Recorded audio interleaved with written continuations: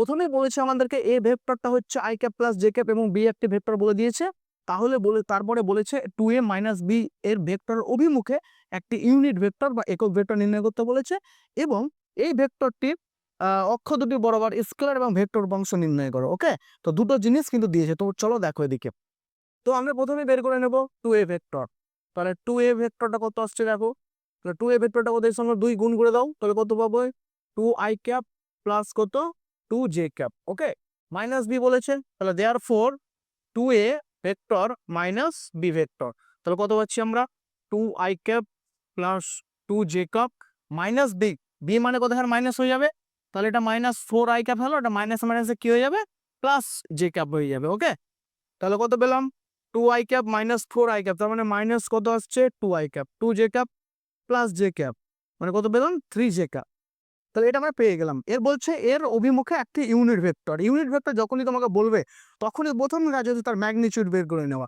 ওকে, তাহলে আমরা প্রথমে এর মান বের করছি বা ম্যাগনিটিউড, অর্থাৎ mod 2a minus B vector, এটা আমরা মান বের করবো। তো মান মানে কি হচ্ছে, কোফিসিয়েন্ট গুলো স্কোয়ার করতে হবে, অর্থাৎ -2 তার স্কোয়ার প্লাস 3 স্কোয়ার, তাহলে কত পেলাম 4 প্লাস 9 অর্থাৎ √13।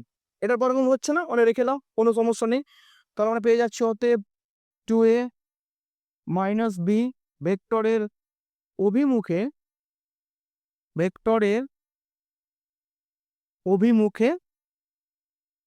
একটি একক ভেক্টর। তো একক ভেক্টরটা কত হবে, জাস্ট এটাকে 1/√13 করে দাও, বাকি যা আছে লিখে দাও। তাহলে কত আসছে 2a মাইনাস মানে কত আসছে -2i ক্যাপ প্লাস কত পেলে 3j ক্যাপ পেলে। ওকে, এটা হলো একক ভেক্টর। পরবর্তী কোশ্চেন কি বলেছে, পরবর্তী কোশ্চেন হচ্ছে অক্ষ দুটি বরাবর। এখানে দুটো অক্ষ পাবো আমরা, টু ডাইমেনশনে, এক্স অক্ষ আর ওয়াই অক্ষ, স্কেলার এবং ভেক্টর বংশ বের করতে বলেছে। তাহলে আমরা প্রথমে লিখে দিচ্ছি অতএব এক্স অক্ষ বরাবর স্কেলার ও ভেক্টর উপাংশ।